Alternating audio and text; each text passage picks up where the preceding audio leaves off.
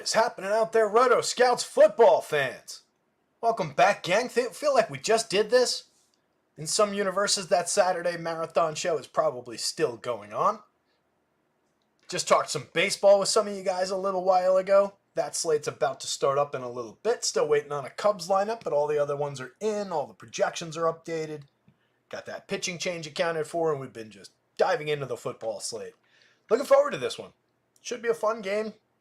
The return of Aaron Rodgers for however long we have him this season. I was, if you were here for this show did the Jets open the season on Thursday? Am I remembering that right? Last year? I think they did. Whatever it was, going into that show, first show of the year last year before the Jets played, I literally said, and I didn't think it was going to go as bad as it did, but I said there's no way in hell this works out with the Jets bringing Aaron Rodgers in, just because it's the Jets. And I didn't think it would be as disastrous as it was, obviously. Blew out the leg the first game that Thursday night, got like 4 plays in, and was just done for the year. I am no more optimistic outside of the fact that I do expect that he's going to be out there and actually playing the games. I'm no more optimistic in this actually working out this season than I was last year. I think Rodgers was coming into last year kind of on the downswing is definite. He's 41, I want to say. But we were talking about a declining quarterback already before he missed all of last year. Our history with 40-something-year-old quarterbacks is very limited to begin with, let alone 41-year-old quarterbacks coming off of an injury or 40-year-old quarterbacks coming off of an injury like that. I just think it's thin. Yes, there's a lot of talent. Yes, there's a lot of history. Just get concerned. We've got a banged-up Christian McCaffrey. We've got the 49ers getting the band back together when everybody kind of thought they weren't going to be able to pull that off this season. So it's kind of a known commodity of a very deep, very exciting, fun Niners team to watch. Should be a decent Jets defense. Should be a decent 49ers pass defense. We know that there's good work on the ground to be had. We'll see what these teams do through the air today. But just think it's going to be a really fun, compelling matchup. And there's a lot of different ways to go with the DFS side of it. Harold Haas is here. Harold tweeted a nice little result there. I appreciate that, buddy. Had a good result. Profitable little weekend, it looked like. Not bad. As I was saying on the baseball show, hopefully some folks out there, hopefully some of you guys really, really nailed the weekend. Feel like we were all over it with projections. Some of the stuff we really absolutely nailed. Some of it we were close on. Feel like we had some good conversations on that marathon show. Going to approach it in a more sane fashion going through this week. But we'll get deep on this Monday night slate. And as Power's pointing out, Puka goes on the IR today. That sucks. Love out 4 to 6 weeks. James Earl Jones, rest in peace. Unfortunately lost Mr. James Earl Jones today, a titan of the film industry. If you weren't here for the baseball show, we found that out during the show. He's 93. Very solid run. Not bad. But going to be missed. One of the greats. Anyway, a lot to talk about for this slate. 4-point spread. San Francisco favored at home, reasonably so. No surprises there. 43.5 point total puts this game kind of in the middle of the board. Not bad. Not exactly a runaway freight train of a total either. Puts the Niners at a 23.75 implied total. Jets just under 20, 19.75 implied total. But either one of these teams, believable enough scoring upside with some very talented skill players up and down the board. A couple of quarterbacks that are at very different stages of their careers, but 2 guys that definitely look playable. Rodgers, I almost called him Brett Favre. Not that old. Rodgers checking in with a just under 15-point projection across sites, but has upside, of course, into the 20-point range. Brock Purdy checking in a little bit better than that. I tend to, my take on Purdy is always going to be that he's a little bit more elevated just by the ridiculous talent that's around him on that 49ers team. If you took him and you plunked him down on the Jets, I think you'd be dealing with a different situation. If you just reverse these quarterback situations, I think the projections would just 100% flip. So it's just a little bit about the situational. It's a little bit about the weapons. Rodgers has 2 elite options at the top of the board to work with in Breece Hall and Garrett Wilson, but it gets awful thin awful fast. Mike Williams was hurt from most of last year. We've seen him a lot of peaks and valleys. Lots of talent there, but we definitely have seen the dry spells with Mike Williams. And then going down the board, you've got an effective but not great tight end in Tyler Conklin. Alan Lazard coming off of a disaster year. A couple of rookies in Braylon Allen and Malachi Corley. You've got Xavier Gibson as a middle of the board kind of a receiver for cheap as a dart throw. And then just some filler options down there. You basically ignore all the 200 guys. I don't think anybody's all that involved unless things go completely haywire. The true Lion King. Should wear a helmet during football stream instead of a baseball hat, If I was sitting here in a football helmet, that would be a little bit strange. I guess it'd be one, way to go out on a big limb there and try and gain views just by being a total weirdo. But yeah, I don't think we're going to be doing that anytime soon. Maybe we'll do at some point like if this happens, I'll wear a football helmet on the next stream. Then I'll have to go out and find a football helmet.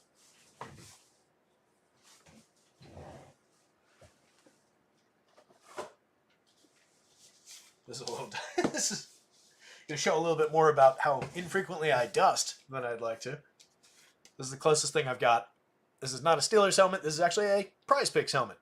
This was part of the swag bag that they sent us once upon a time back with the Awesemo days.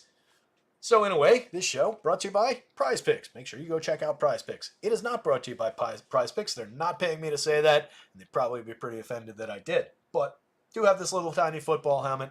It's always been back there. Don't know if you've noticed it, but there it is. Stephen Leibowitz saying, yeah, no, there's no weirdos on YouTube. Yeah, definitely not. They just kind of blend in, I guess. On the Niners side, McCaffrey, all signs point to playing, but a little bit banged up. Don't know how that really impacts the total, not in any kind of way that we can actually quantify. Looking pretty good. I do have him a teeny tiny bit below what I see as the the average out there that I've seen, but obviously drawing a monster and the top projected player in the entire game. But they've got weapons, so I mean, if they need to give McCaffrey 75% of his usual workload, it's not like they can't offset that by going to Debo, and Debo does many of the same things that McCaffrey does out there. The two absolute dynamite players. Both guys can run with the ball. Both guys are capable receivers. Both guys are fantastic with the ball in their hands in the open field. Then you've got a true number one wide receiver in Brandon Ayuk.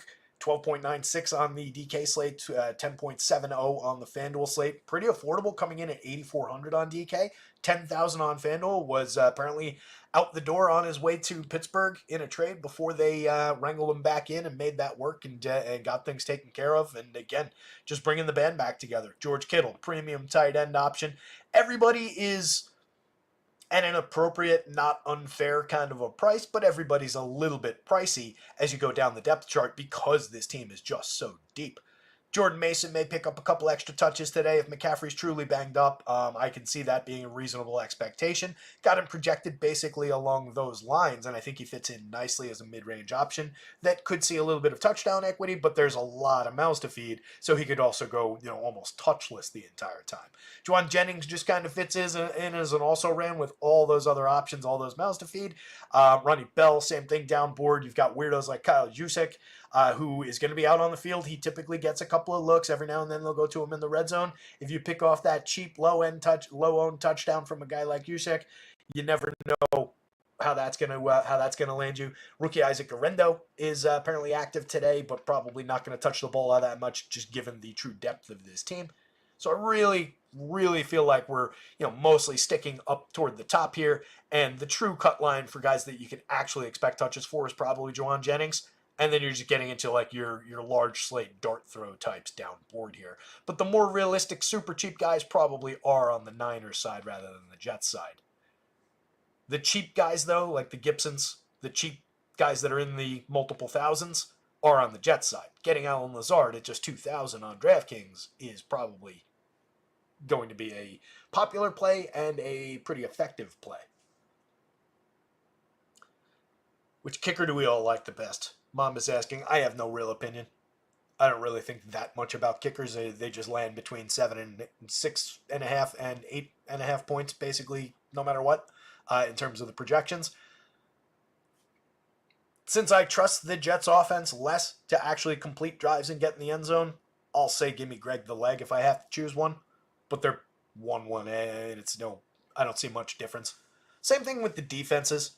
I would lean a little bit. If I had to pick a defense, I'd probably lean a little bit Niners on the expectation that the Jets are going to Jets. But I think the Jets defense is right there on the board. They've got a good pass defense. So, Brock Purdy goes out and has a last pick of the draft kind of a day. You can see the upside for the Jets, D. Andy likes Moody better. Nothing wrong with that. He projects out higher between the two. I just think that, a lot of under-discussed nature of fantasy football, as we talked about the other day, is just that you're buying opportunity a lot of the time, right? So I want the guy who might attempt more field goals. And I feel like that's probably Zerlin. But once we're getting down to the point of quibbling between two essentially equally projected and equal opportunity kickers, this is an equal opportunity show, equal potential field goal attempt kickers, then it's a coin flip essentially. Mamba likes Michigan men apparently. Not Michelin men, but Michigan men.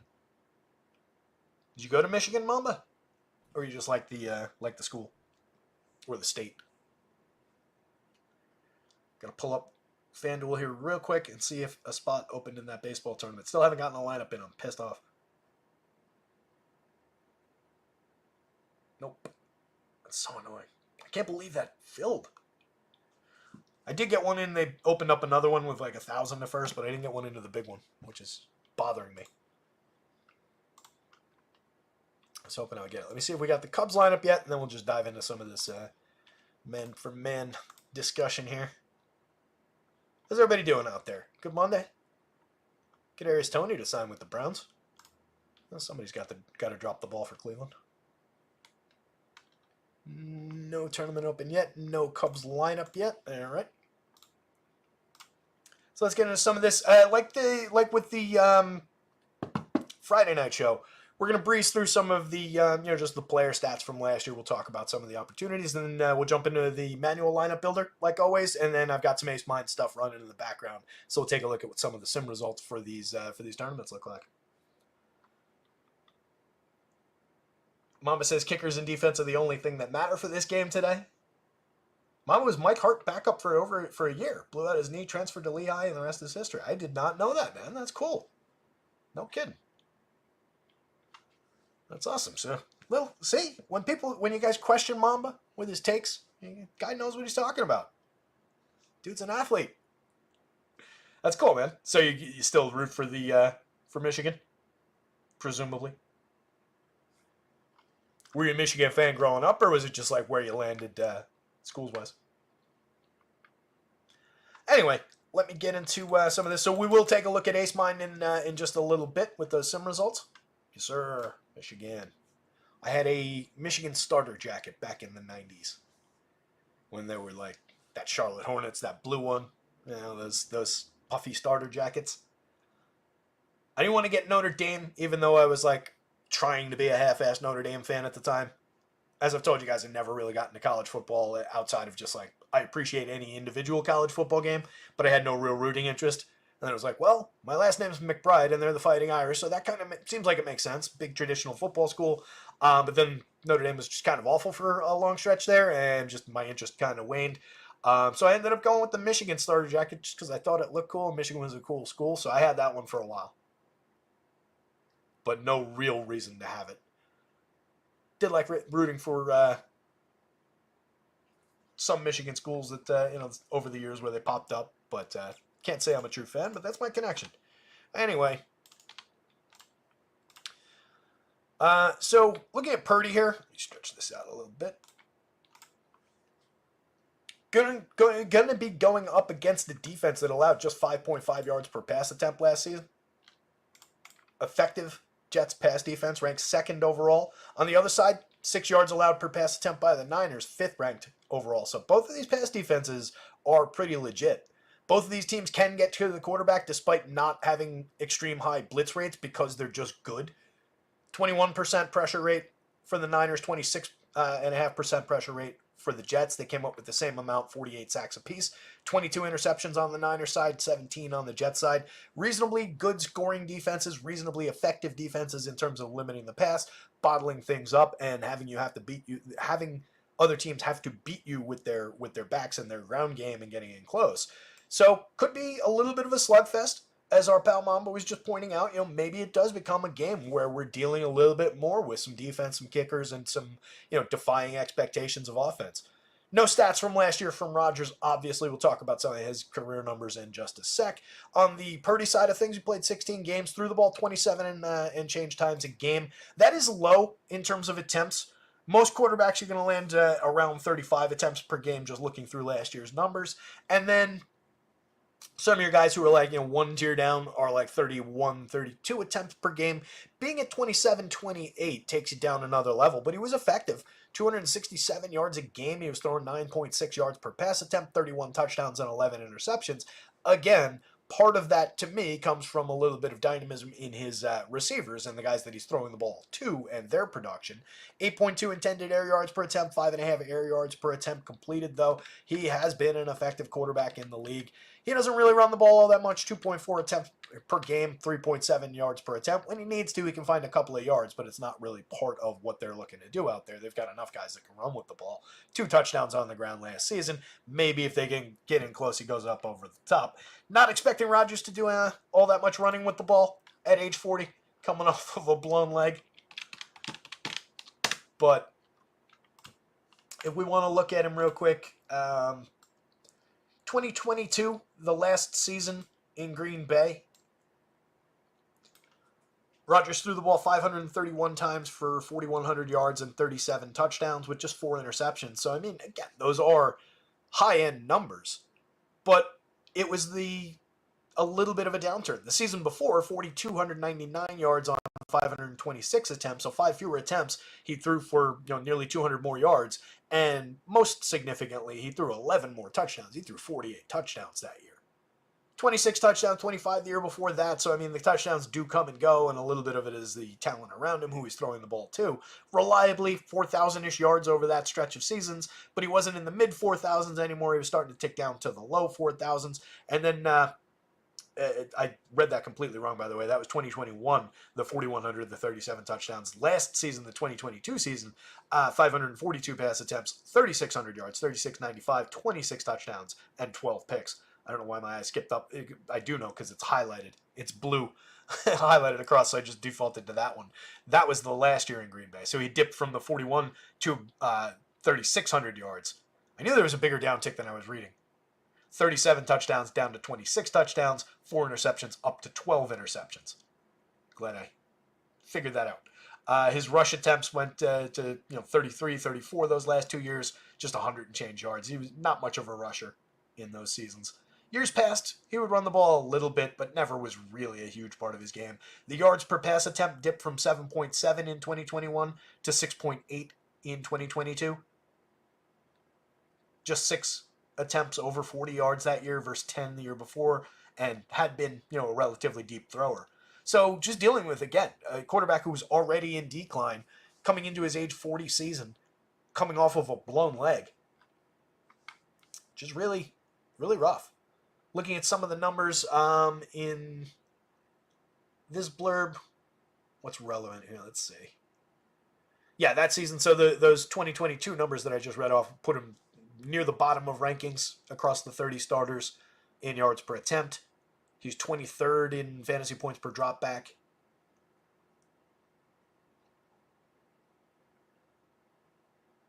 He was 3rd in hero throw rate, if you care about that. So deep accuracy was there, but he wasn't really taking deep shots. Not as frequently, anyway. But, you're taking a quarterback in decline with one very good receiver and some question marks. One very good running back. Against a good pass defense. It's shaky. I'm firmly in the I need to see it from Aaron Rodgers camp. Again, it's a showdown slate. We're playing Aaron Rodgers. But is my belief level there? Not really. And not going forward through the season. Big slates, full slates, he's not going to be a priority quarterback until we see it. Running back board looks a lot better. Breece Hall up at the top. Star caliber running back for the Jets. Only in competition with Christian McCaffrey as far as the quality in this game goes. McCaffrey's another level entirely, but Breece Hall is a very, very good back. He's going up against a defense that allowed 4.3 yards per attempt, but just 89.7 yards per game. A lot of teams playing from behind against the Niners. A lot of teams throw the ball aggressively against the Niners, despite them being a good pass defense, just kind of out of necessity. So while they were giving up some yardage per attempt, they weren't exactly giving up a lot of rush yards per game, and they were giving up just a half a touchdown a game on the ground. So it is a good rush defense, despite ranking 21st in yards per attempt. And as we talked about the other day, that's such a negligible thing when you get into the rankings. You can see these two teams were offset by 10 in between these two when they're ranked out. That means, for one, there's a bunch of teams tied in there. But 4.1 yards per attempt versus 4.3 yards per attempt, we are quibbling about the difference in quality there. One of those is ranked 11th, one is 21st. So, again, sometimes we do want to just get in and focus on what do the actual totals look like. And most importantly, what do the touchdown scoring look like? And they're difficult to score against. So Breece Hall, good. Probably likely to rack up some yardage throughout. No issues with going to it. And again, Showdown Slate, we are absolutely aggressively going to be playing Breece Hall. But I really come down a lot more on the side of the Niners than really believing in this Jets offense all that aggressively. Breece last season was a touch monster. He had, in terms of pure rushing, just 3 games, over 100 yards. A Week 18 performance that saw him carry the ball 37 times, which is just absurd, for 178 yards and a touchdown. He also caught the ball twice in that game. More often than not, he was filling out just yardage from scrimmage and production from scrimmage because he's highly targeted in the passing game. So a lot of those weeks, and I'm not going to count it up and do all the numbers in my head, but a lot of those weeks he got up to or near, to or close enough to 100 scrimmage yards with reasonable upside for touchdowns. Overall, it amounted to 5 rushing touchdowns on the season, 4.5 rush yards per attempt, and then another 4 receiving touchdowns, 5.59 targets a game, 7.8 receiving yards per catch. So Hall is very involved in both aspects of the game. It's just going up and down the field. It's just going to come down to, does he put the ball in the end zone to really deliver on what is a pretty high salary? 10-2 on DraftKings, $15,000 on FanDuel.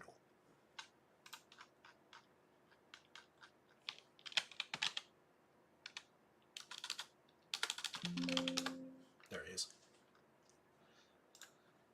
Braylon Allen, probably going to be pretty limited for touches, but gets the nod as the backup here, and any of the backup touches for 2,800, 7,000. As much as expectations for Breece Hall's touchdown might be cut into a little bit, it's definitely going to be cut into for any kind of expectations of actual upside from Braylon Allen, unless something goes haywire.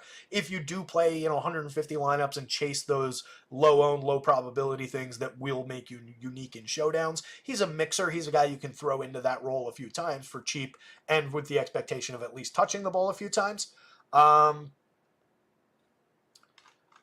Wisconsin product. He was drafted in the 4th round this year, 134th overall. 6'1", 235, so decent-sized running back. Last season, 12 touchdowns in 11 games on 181 carries, 984 yards. Was over 1,000 yards each of the 2 seasons before that in 12 games. 12 touchdowns and 11 touchdowns those 2 years. Capable enough, but again, we're going to be limited by volume. We want to be paying for opportunities. We want to be paying for touches and potential to do something with the ball. A guy who's only going to touch the ball 5 times, you start to question the actual potential there. Under 1 projections for Isaiah Davis and Izzy. Probably not all that playable. I tend to take guys out once we hit the 1 mark. That's usually for showdown, my threshold. Isaiah Davis, Kentucky product. Wait, is that right? No, sorry, that's Bates' note. South Dakota State product, 5th round pick, 173rd overall. So between the rookie running backs, probably going to favor Braylon Allen. Where Davis could get involved a little bit, though, is on passing downs. He is allegedly a good receiver, or was in college anyway. We'll see how that translates to the NFL, but maybe it gets him on the field for a couple of looks Don't really have him projected like that. He's only 200 on the DraftKings slate, again, as a 150 lineup dart throw with virtually no upside. Would need to catch one and break one because that's probably the only one he's catching. He's not really on the board for me at 55. He's not really on the board for FanDuel purposes unless we get some kind of news. Runs a 4.57 40, so that's not going to help him as far as breaking one. But apparently he is a good receiver, but probably is going to fill a role of just like a dump out receiver if he gets on the field at all. And then Izzy's just depth at this point. McCaffrey on his side, superstar in every single aspect of the game, just needs health. Going up against a defense that was allowing just 4.1 yards per attempt, but you can see, again, the difference here. It amounted to 124 yards per game because there was volume. People run against the Jets a little bit more. 0.82 touchdowns a game. There's a little bit more touchdown equity, but they were decent at keeping running backs out of the end zone last season. A little bit of bend, don't break there. McCaffrey, 90-plus yards a game on the ground, 5.4 yards per attempt, 14 touchdowns on the ground, 3.3 yards before contact, 2.1 yards after, broke a bunch of tackles. He's elite through the air as well, 5-plus targets a game. He put another 7 in the end zone through the air, 16 targets in the red zone, so once they're getting close, they're still calling his number, whether it's as a handoff or as a screen pass, a little dump out action. They're a dynamic offense. They can do all sorts of things and go in a lot of different directions.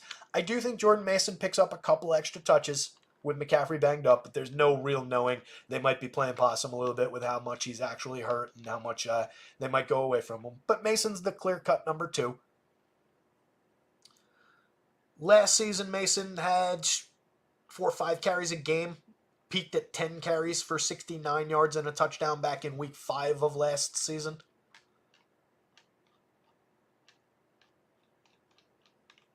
McCaff that week carried the ball 19 times for just 51 yards and a touchdown. Caught another 2 passes. So that could be a representative sample that would say maybe that's the kind of opportunity that Mason's in line for. Game 1 of the season as well. A lot of guys not fully up to speed yet. So maybe a couple extra touches. Doesn't exactly project through the roof, but he's cheap. If he happens to get the ball and get an attempt inside the end zone, you've paid for that roster spot just on the attempt.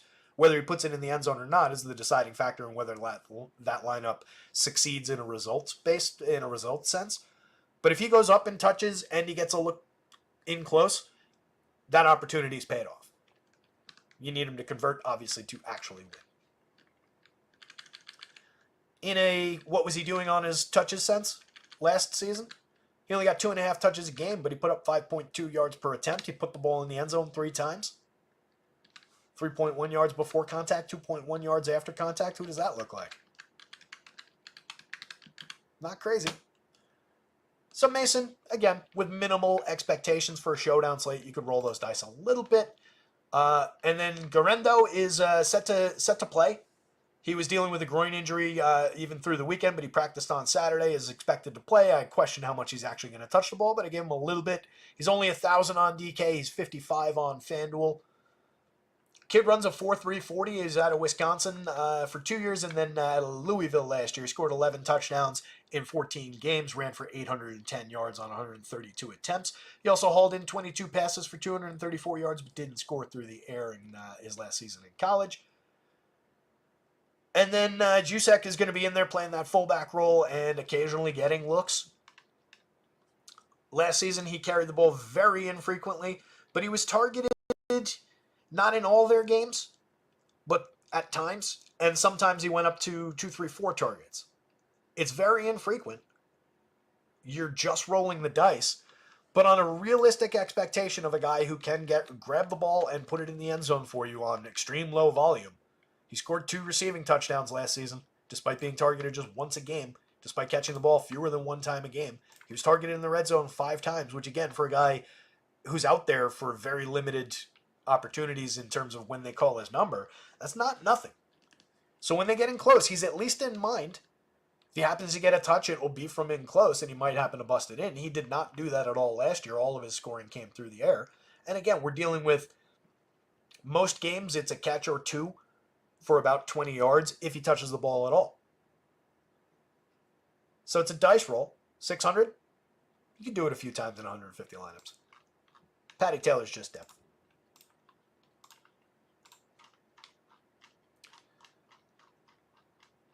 Let's see. Garrett Wilson, as good as he is, and I had kind of forgotten this until I was putting numbers together, scored just 3 touchdowns last season. Kind of bonkers. Just speaks to how bad the quarterback play was for the Jets, really. Had a 10.2 yard ADOT, put up 6.2 yards per target on the season. Was targeted nearly 10 times a game, was hauling in, roughly 6 passes a game. Just 3 touchdowns. Disappointing. Monster share of the air yards. Terrific top-end receiver. Good at going downfield. Had a handful of drops. 7 drops on the season, not nothing. But targeted 17 times in the red zone in what was a tragic passing game. Nothing but upside for Garrett Wilson. He's perfectly fine. Believable number 1 receiver for the Jets. Pretty high-end projection for 98 on DraftKings, 12.5 on FanDuel. I think you can fire away. Again, it is a good pass defense in terms of the yards per pass attempt allowed. 200-plus yards a game, that's not tragic. A touchdown a game, not tragic through the air. So you need Garrett Wilson to be the guy that catches that touchdown. You need the Jets to get there more than once to really pay it off. But on a showdown slate, he's absolutely on one of the top considerations from New York. Mike Williams joining this team after missing most of last season. Where's Mikey? Played 3 games and then was out the rest of the year. In those 3 games, he had a touchdown. He had a 100-yard game on 7 catches. He was highly targeted. He was he's a very, very skilled guy. He peaked in 2021 with 76 catches, 1,100 yards, and 9 touchdowns. 29 years old, coming off a major injury. He's a guy who's been misses games here and there throughout his career. 15, 16 games played, a 13-game season in 2022, a 10-game season all the way back in 2017 in his rookie year. Just has trouble staying on the field, but still very good when he's out there. I would imagine that he's going to function as their clear-cut number 2 and be a pretty reliable and pretty frequent target for Aaron Rodgers. Solid downfield option. 11.8 yard ADOT when we saw him last, 9.5 yards per target. But again, that's a very limited action. Was drawing a 30% share of the air yards before going down. Tyler Conklin, an effective tight end, but not really primo. He was a 5th round pick, I want to say. He's a later draft pick. Lands middle of the board in basically every kind of ranking. Between 16 and into the 20s. None of them really peak all that high. Niners bottling up tight ends pretty effectively as well last season. 2nd fewest receiving touchdowns to tight ends on the season. It's kind of limited opportunities for an already just, okay tight end. 9 red zone targets last season. Was not a deep receiver, was one of their short yardage targets. Had no receiving touchdowns on the year. Again, is dealing with mediocre quarterback play throughout, so that is a factor. But 0 touchdowns is not exactly ideal. Alan Lazard gave you just 1 touchdown, but now he goes back to playing with his buddy, who was the guy that was responsible for him being on this team. So you would expect there's going to be at least a little familiarity, a little bit of desire to get Alan Lazard going again. Through the season last year, he peaked at 6 targets in a game. He was targeted 6 times, 3 different times throughout the season. He had a couple 5-target games. His season high was 3 catches. His season high was 61 yards. Those both came in week 4 against Kansas City. That was also his only touchdown of the year. So his best game.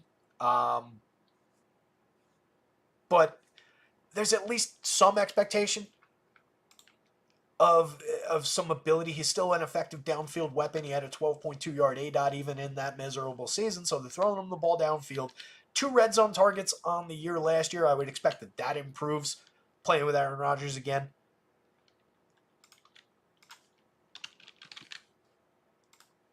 For his career, Lazard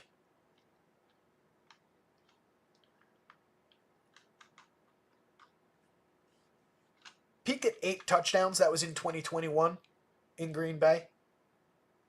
That was in the last good season with Rodgers. But then in that bad 2022 season, he caught 60 balls for 788 yards and 6 touchdowns. So he was still the go-to option. Still a guy, again, with a lot of familiarity.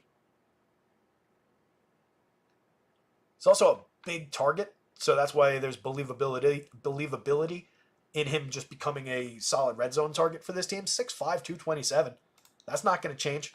It's not like he shrank.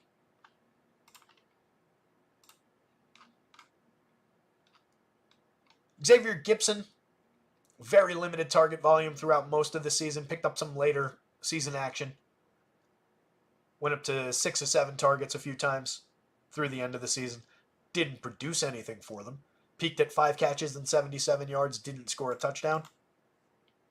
Mix and match quality option for a cheap price at $2,400. $7,500 on FanDuel feels a little uncomfortable when I can have Alan Lazard at $7,000. When I can have Tyler Conklin at $8,000. Position doesn't matter, obviously, on the showdown slate.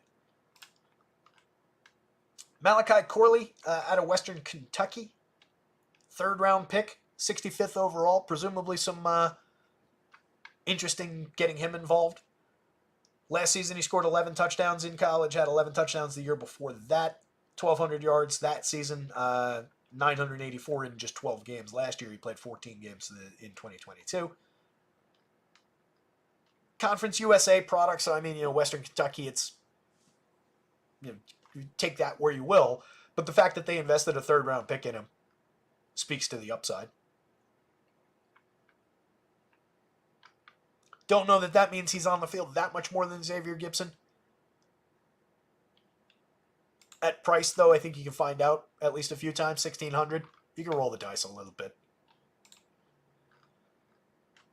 Jeremy Ruckert. Ruckert was a 3rd round pick in 2022. Missed the last 2 games of the year with a concussion.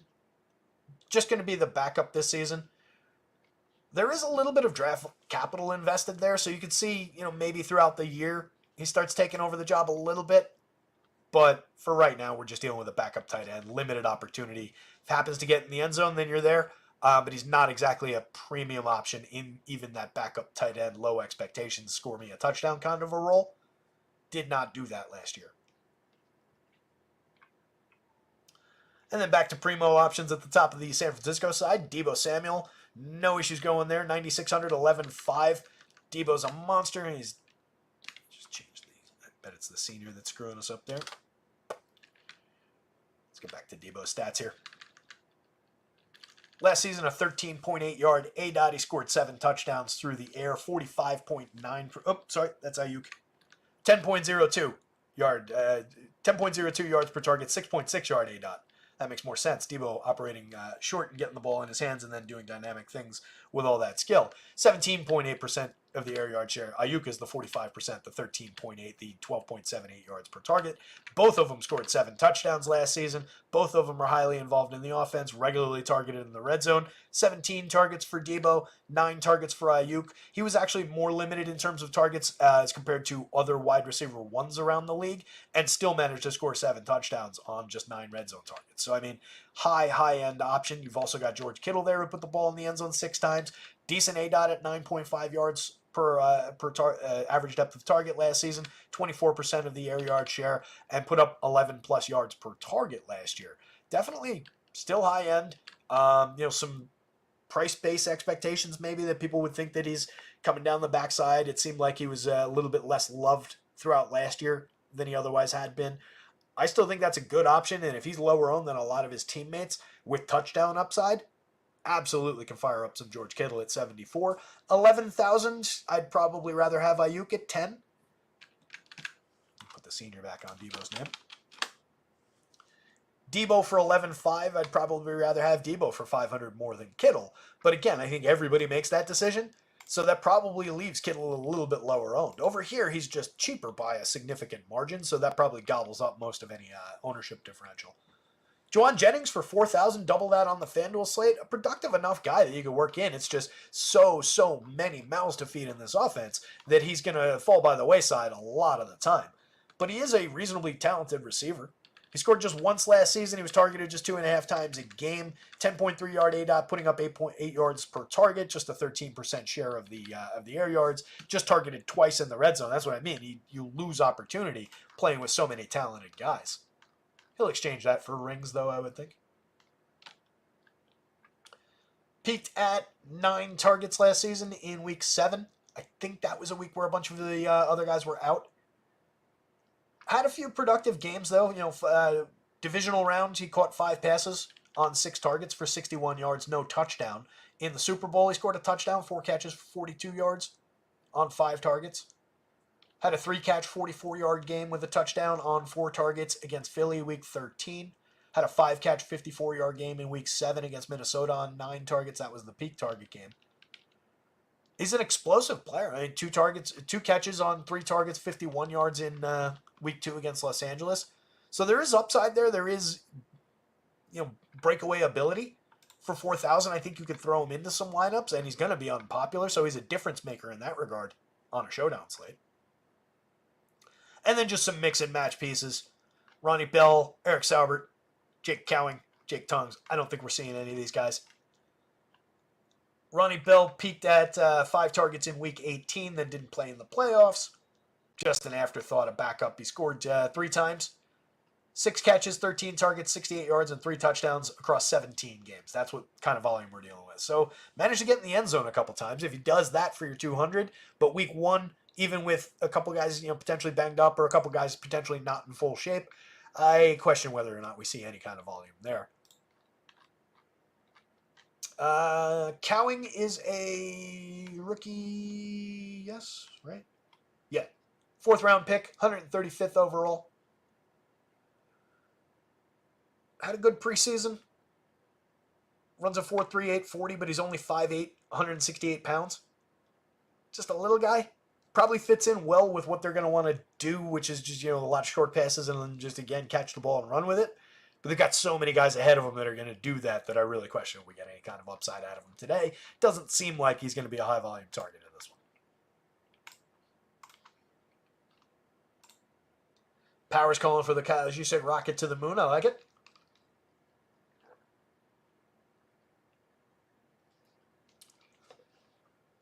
CMC's out. Well, goddamn, that changes things. Everything was saying that he was going to play. That especially changes the fact that I'm going to have to... Wow, big. All right. Glad I eventually pulled up chat so that I could see that. So that's a spicy meatball coming off the board. That puts Mr. Mason and Mr. Garendo much more in play. And probably puts Kyle Juszczyk on the board for a few more touches. Like, once they get in close, I could see that a little bit. But it probably also gives Debo a couple carries. Or a couple just, out of the backfield receptions. Mason's going to be the guy who picks up the large chunk of that volume. At 3,000, 7,500, that becomes a pretty high priority play on all of these slates. I don't know if you go to the captain role, but you probably can.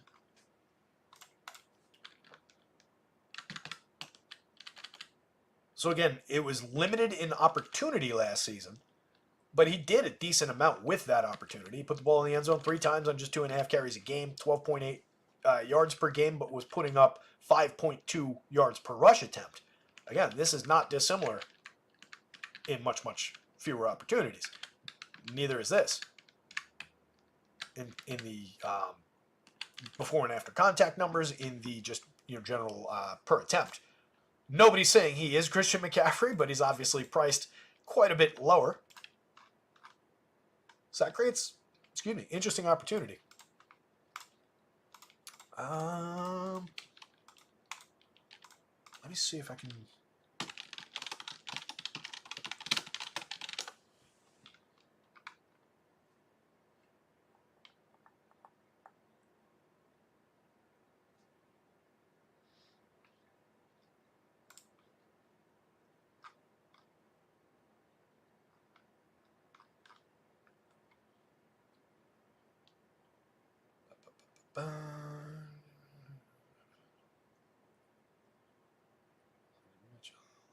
Yeah, no Eli Mitchell, by the way. I think we all knew that.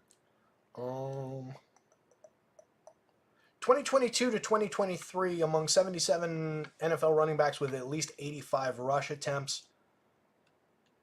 PFF rush grade, 91.8, number 3. Yards after contact per rush attempt, 3.7, ranks number 2. Yards per rush attempt, 5.6, ranks number 2. Explosive run play rate, 12.9%, ranks number 15. Again, this is out of 77 running backs from 2022 to 2023 with at least 85 rush attempts. He's converted 44.4% of his 9 red zone rush attempts for first downs and or touchdowns, and 50% of his green zone rush attempts in his time with San Francisco. Both rates ranked number 1 again among San Francisco running backs over the past 2 seasons.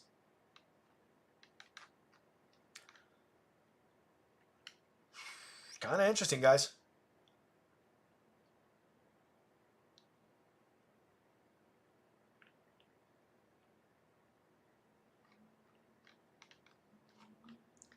That puts a it's not like he's going to be sneaky or unpopular or anything like that. But I feel like it is a player that probably people don't realize quite how good he might be. High priority option now. And then, again, Garendo is going to get a little bit involved here. Assuming he's active.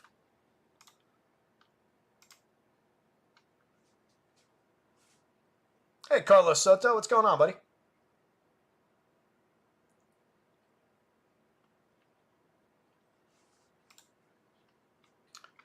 So Garendo's 6 foot 221, runs a 4.3 40 time, which is good. 4th round pick, 129th overall. Was dealing with a groin, but practiced in full on Saturday. Probably going to be the number 2 behind Mason now. Can catch the ball a little bit. 22 catches and 234 yards in 14 games at Louisville last year. 810 yards on the ground on 132 carries and 6.1 yard per attempt. 11 touchdowns. Just looking for skill, looking for opportunity. Super cheap. Put some stuff on the board to work with. Let me pull up this lineup builder. The Sims are going to be, I'll show you guys where the Sims were, but everything's going to be completely out of whack in what I ran before because McCaffrey's out. So, is what it is. Let's build a little bit for DraftKings.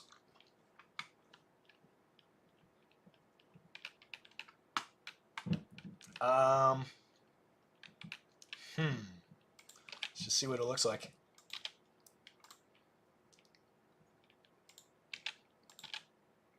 These numbers are going to be screwy because that popularity is off.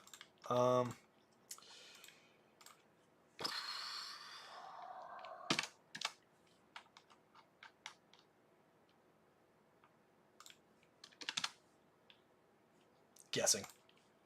I gave him 40% flex, which is probably low, and 8% captain, which is probably about right.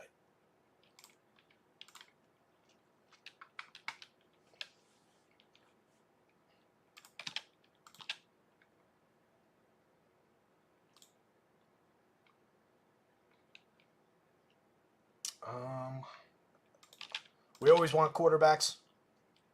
Always want quarterbacks. Put them both in. What the hell? And then I got 75. Then get Kittle.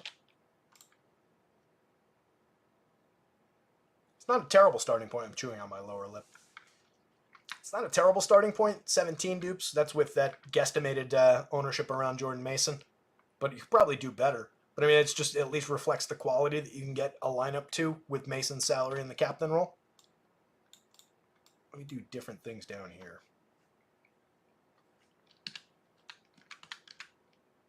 Okay.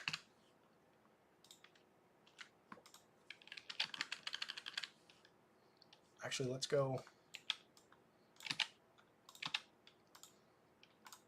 All 3 top options from the Jets. Jordan Mason, captain.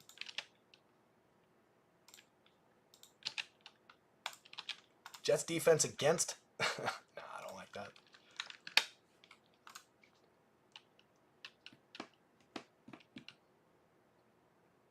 Everything's so cheap.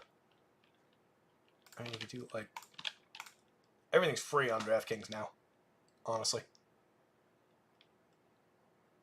Like, that leaves 14,000. You can have anybody that you want. And it's just cheating if you, try and... Like, I'll put a realistic George Kittle in there. Brings it down to 9 again with the guesstimated ownership and leaves 7,000 on the table. There's going to be all sorts of things you can do. Let's look at a true lineup, though.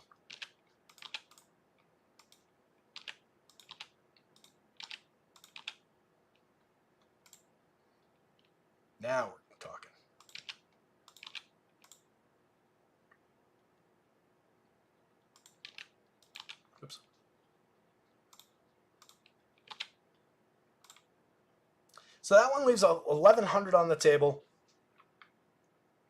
It's a healthy Niners stack through there. It's duped 24 times, but again, that's estimating Jordan Mason at 40% ownership, which is probably right. I even said it was low. Let's get him out of there. Let's give Rodgers somebody else to throw to. 28. I guess that's Breece Hall in the captain role. If I take Ayuk out and I make Ayuk Kittle, that probably handles that. It's still 30 times. Jeez. I would have thought there would be a little bit more room from those guys created.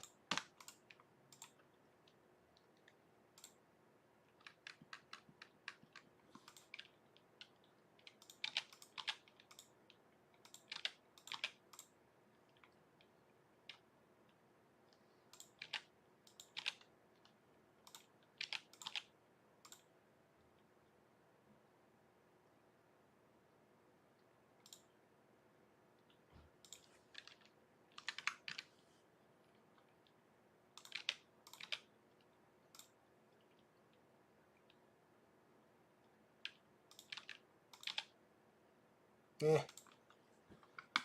3,000 on the table, 14 dupes still. No Mason in that one. Anything you do going away from Mason is going to help make you more unique, probably. Not that it's necessarily, a good decision based on what his upside actually looks like for that price, but it is going to help with those dupes, with those uniques. This is a totally viable lineup. It's obviously duped quite a few times in that scenario, but there's probably only going to be so much you can do as far as cutting down some of those dupes with how these guys are projected out ownership-wise and where it's going to get concentrated.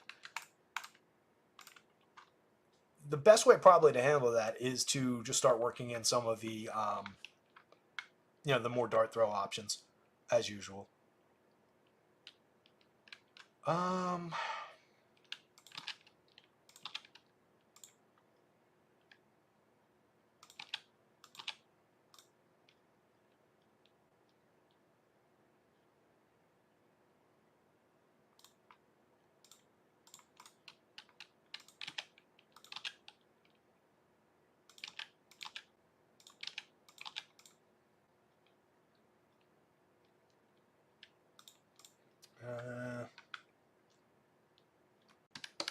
I don't love this.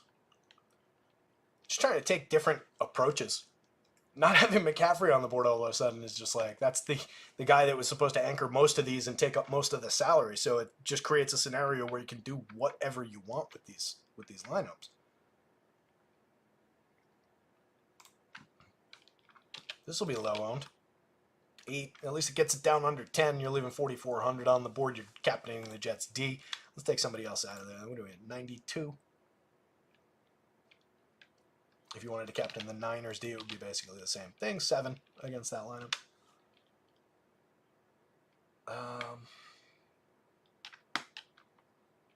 What does a Mason captain look like with that? Leaving a lot of salary on the table. 7.9. That's not completely unreasonable. You could, instead of Jennings in there, you've got 87. You could do, again, whatever you want there. Back that up. That's 8 dupes. Getting it down to the 7-8 range is probably an accomplishment on a slate like this. And again, that's with an estimated number for Jordan Mason there, but that's not terrible. And you've got plenty to spend to move things around if you wanted to here. But like narrative-wise, which we always want to at least consider when we're building these lineups, Breece and Rodgers, obviously your top 2, even with the Niners defense in there. There's nothing wrong with that, because if Breece goes up and down the field but manages not to score somehow, then you're not really dinging your Niners defense while Breece is still accruing at least some fantasy points. He's not competing with McCaffrey for the very top of the board. He's got a pretty decent lane to being the highest individual scoring flex player regardless of what happens out there.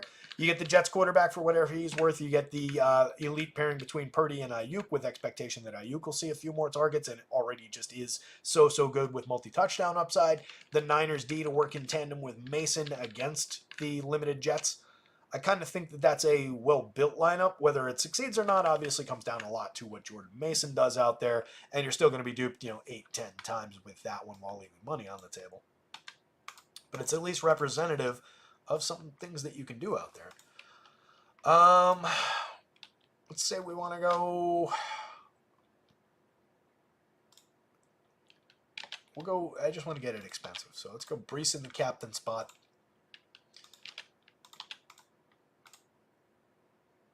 Purdy, Jennings. And I mean, well, this kid's going to have no ownership on him, so this is going to be obviously a big, big outlier as far as that ownership number goes.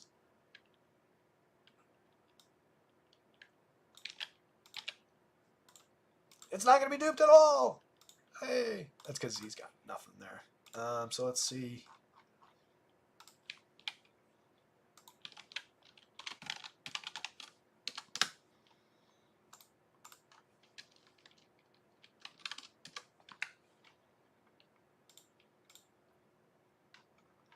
Oh, that's his regular. Nah, probably not that high.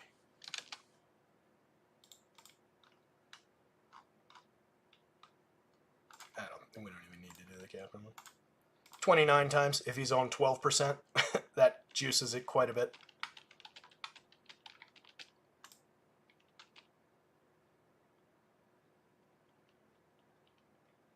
Jake saying Jets D, 49ers D, Wilson, Rogers, Kittle, Hall.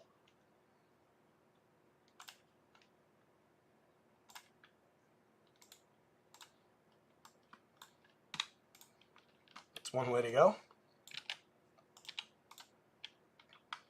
What was the rest of it? Wilson, Rogers, Kittle, Hall.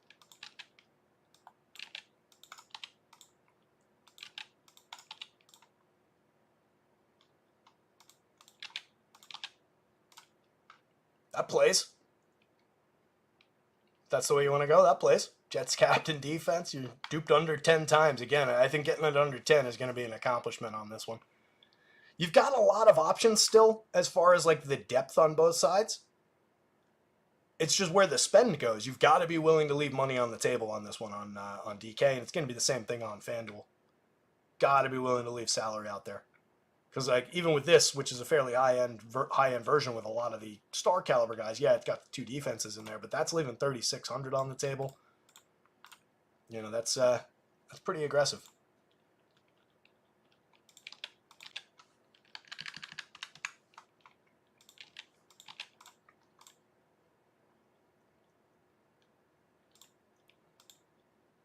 Ooh. Take Greg the leg there. 14. Meh.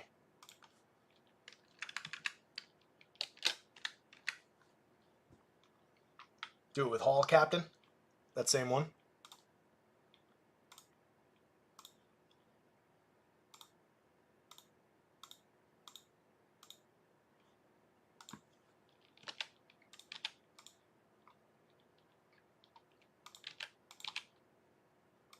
That's a lot more popular. 33 times duped. Mama likes the Jets captain with the kickers.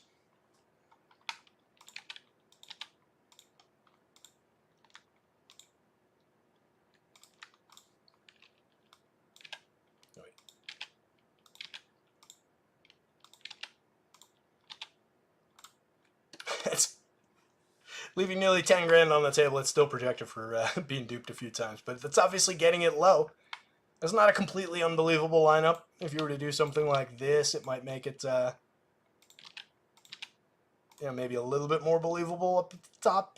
Kittle captain, I can get into a little bit. 5.92 dupes. It's not terrible. And then this FanDuel slate's just going to be stupid.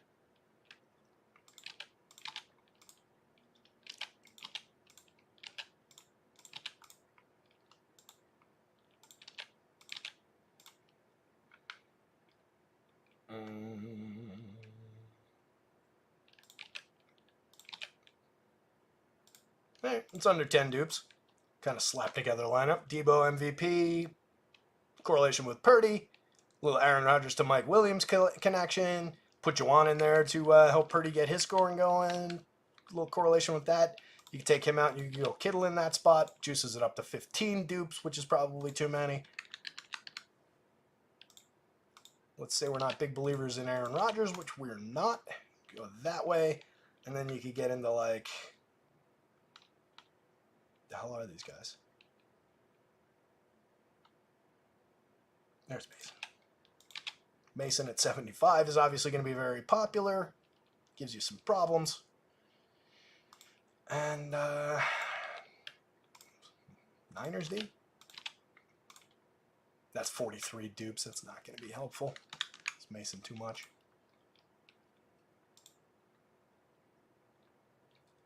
At 95. Get Moody in there. That's my, I don't really believe in Aaron Rodgers kind of lineup.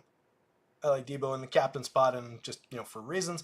That would lead me toward going to Brees just based on general volume, and I do still believe that Aaron Rodgers can get the ball to a running back on a pass. Then you just, threw in kickers and defense again, just on the concept that I'm not putting Aaron Rodgers in that lineup because I think he fails. So then we go Niners D, and the kicker obviously, makes some sense that way. If you want to play it different ways, you have to throw the Jets tight end into the mix, and then you could probably, no, we still can't afford Rodgers, so we'll go Rodgers instead of Brees. That leaves us 12. You can have whatever you want. It's 130 times dupe so far, so we want to cut that down. Let's all right, if we're giving faith in Rodgers, 15 dupes, still not great. This isn't going to be popular though. Just take that same lineup and switch it around. And you've got Lazard must have a 0 in the captain spot.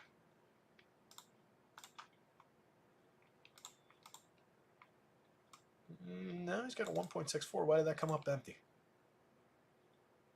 Well, I guess it's not going to be duped. Not ideal.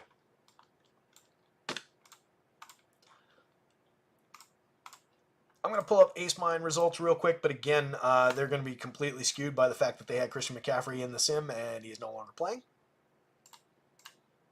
But we'll at least show them real quick. And then I got to punch out because I got some projection updates to do, and it's 7:30. If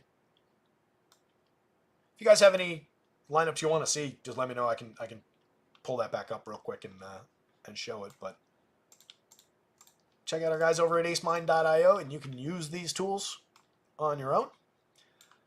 So again, this was run with McCaffrey in because I really, really expected him to play. That top lineup, though, on your DK slate didn't even have a minute. Look at that. George Kittle, captain, Brees Hall, Brock Purdy, Aaron Rodgers, Mike Williams, Jets D. Not uninteresting.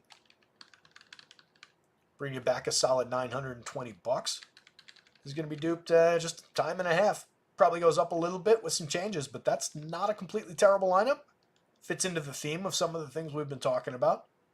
Jets defense is in there. I know some of you guys like that. You get Brock Purdy and George Kittle correlating with the low-owned George Kittle captain. You get Brees Hall.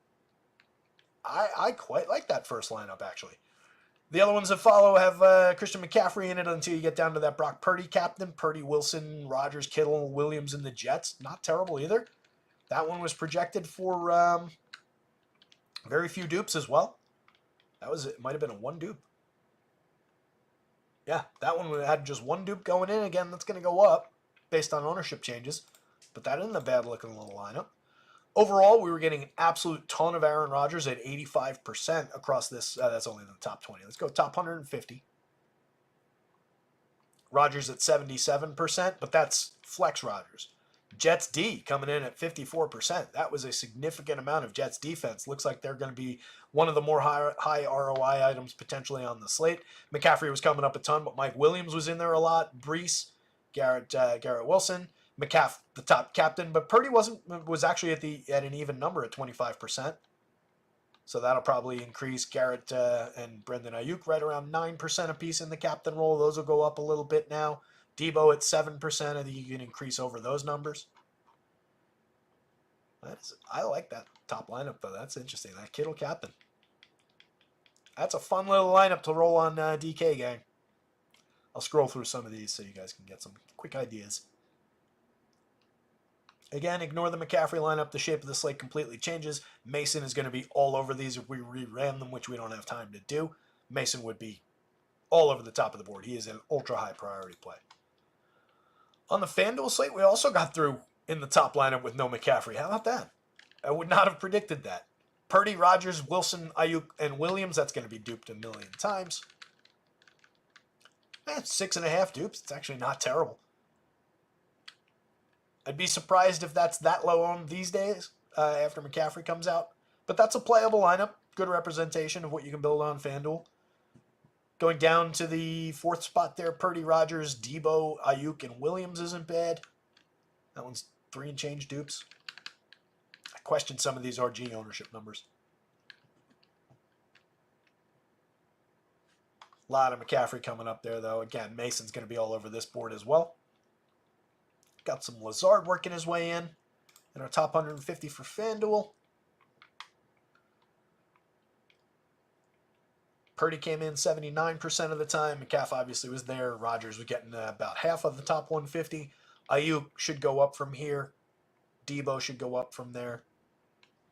Pretty big spread, though. I mean, a lot of guys getting reasonable shares in that top 150 already. Jordan Mason was already getting 9%. That'll skyrocket. So pretty reasonable spread. Pretty good reasons to build in a lot of different options on the FanDuel slate. Mamba says, I told you CMC wouldn't matter either way. Top projected Debo captain or top projected Debo period? I assume you mean captain. It's that one, and it doesn't have McCaffrey in it. Debo, Wilson, Purdy, Rodgers, Williams, and Juszczyk. Kind of like that. That won't be duped that much. 2 dupes. Bringing you back $480 on average in those sims. Not terrible. That's a playable lineup to me, and touchdown equity goes up a little bit for everybody, including Kyle Juszczyk, once they get in close with no McCaffrey there. Kind of like it.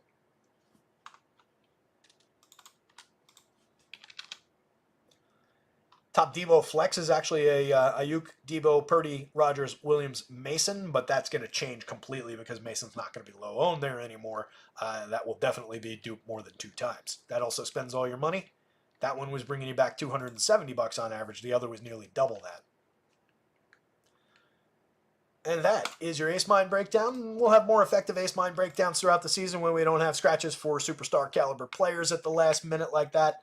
But let me get out of here so that I can get that projection updated and then get my lineups built. You guys absolutely rock. Hit the like button. Check out our guys over at acemine.io so that you can sim those things out yourself. You could be using that product right now, and promo code RotoScouts gets you 20% off your first month over there.